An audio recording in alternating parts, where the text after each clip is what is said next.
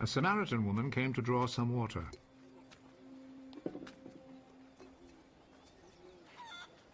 Give me a drink of water. His disciples had gone into town to buy food. You're a Jew and I'm a Samaritan. So how can you ask me for a drink? Jews will not use the same cups and bowls that Samaritans use. If you only knew what God gives, and who it is that is asking you for a drink, you would ask him. And he would give you a life-giving water. Sir, you don't have a bucket and the well is deep. Where would you get that life-giving water? It was our ancestor Jacob who gave us this well. He and his children and his flocks all drank from it. You don't claim to be greater than Jacob, do you? Those who drink this water will get thirsty again. But those who drink the water that I will give them will never be thirsty again. The water that I will give them will become in them a spring, which will provide them with life-giving water and give them eternal life. Sir, give me that water. Then I will never be thirsty again. Nor will I have to come here to draw water. Go and call your husband and come back. I don't have a husband. You're right when you say you don't have a husband. You've been married to 5 men, and the man you live with now is not really your husband. You have told me the truth. I see you are a prophet, sir. My Samaritan ancestors worshipped God on this mountain. But you Jews say that Jerusalem is the place where we should worship God. Believe me, woman.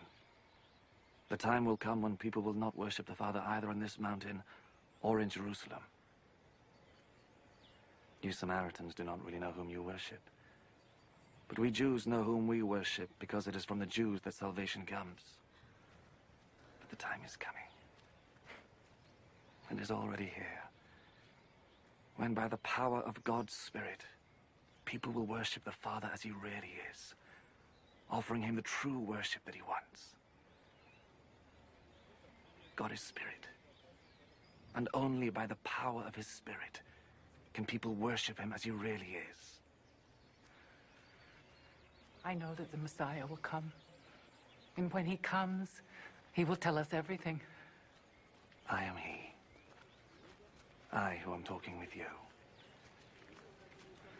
At that moment, Jesus' disciples returned, and they were greatly surprised to find him talking with a woman. But none of them said to her, "What do you want?"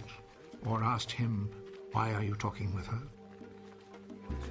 Then the woman left her water jar and went back to the town.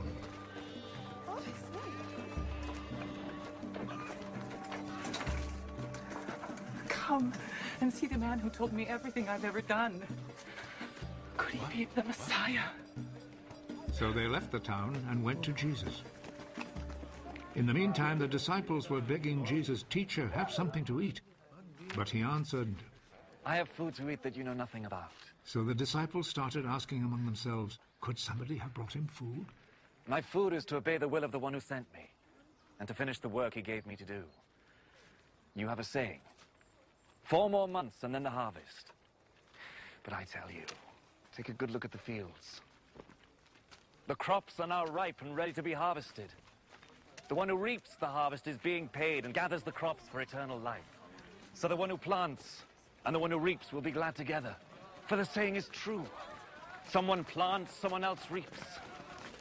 I have sent you to reap the harvest in a field where you did not work. Others worked there, and you profit from their work.